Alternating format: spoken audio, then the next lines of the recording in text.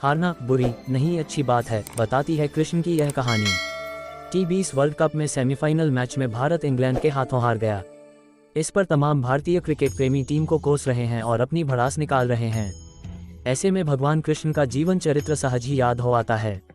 मथुरा की एक कैद में माता देवकी के गर्भ से जन्मे कृष्ण ने अपने आचरण से मानव जाति के सामने कई ऐसे उदाहरण रखे जो जीने की राह दिखाते हैं।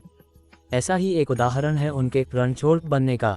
जी हाँ, एक बार कृष्ण भी युद्ध को बीच में ही छोड़कर मैदान से भाग गए थे, फिर भी शत्रु का वध हुआ और हजारों निर्दोष नागरिकों की सुरक्षा हुई।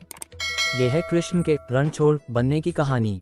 भगवान श्री कृष्ण का जन्म कंस का वध कर समस्त पृथ्वी लोक को उसके अत्याचारों से मुक्त कराने हेतु हुआ था। किशोरावस्था में ही वह गोकुल से मथुरा आ गए तथा दुष्ट कंस का वध किया। कंस की मृत्यु से दुखी उसके श्वशुर जरासंध ने एक विशाल सेना लेकर मथुरा पर आक्रमण कर दिया। इस आक्रमण में उसके साथ शिशुपाल और काल्यवन जैसे शक्तिशाली राजा भी शामिल थे।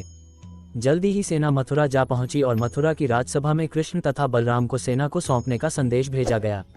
इस युद्ध को टालने तथा मथुरा के निर्दोष नागरिकों को बचाने के लिए कृष्ण ने रातों रात वहां से सैकड़ों किलोमीटर दूर समुद्र में एक नई नगरी द्वारिका का निर्माण करवाया। अपनी माया से उन्होंने समस्त नागरिकों, उनके पशुओं तथा संपत्ति को नींद में ही नई नगरी में पहुंचा दिया। अगले दिन सूर्योदय के समय कृष्ण तथा बलराम जरासंध की सेना के सामने जा पहुंचे और उसे लड़ने के लिए चुनौती दी। जैसे ही जरासंध और दूसरे राजाओं ने कृष्ण को मारने के लिए शस्त्र उठाए, दोनों भाई भागने लगे।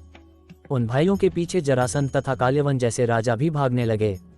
कुछ ही देर में दोनों भाई बहुत आगे निकल गए और उनके पीछे केवल मात्र काल्यवन रह गया।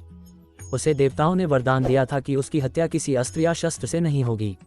ऐसे में वह निर्भीक था और लगातार कृष्ण का पीछा करते करते एक गुफा में जा पहुंचा। गुफा में राजा मुचुकुंद सो रहे थे, जिन्हें इंद्रदेव ने वरदान दिया था कि जो भी उन्हें उठाएगा वह उनके देखते ही जलकर भस्म हो जाएगा।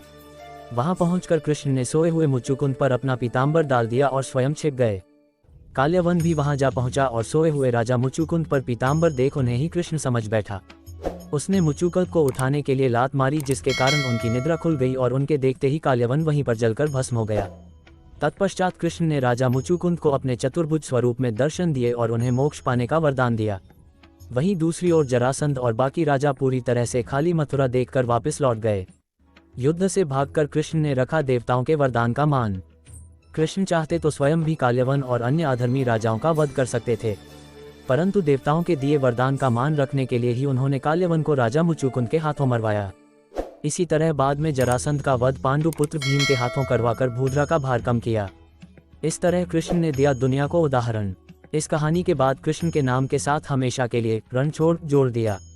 कृष्ण की इस कहानी से सीख मिलती है कि अनावश्यक ताकत का प्रदर्शन नहीं कर बुद्धिबल से काम लेना चाहिए। इस तरह हम अपनी शक्ति को खर्च होने से रोक सकते हैं और बड़े से बड़े संकट का भी सामना कर सकते हैं।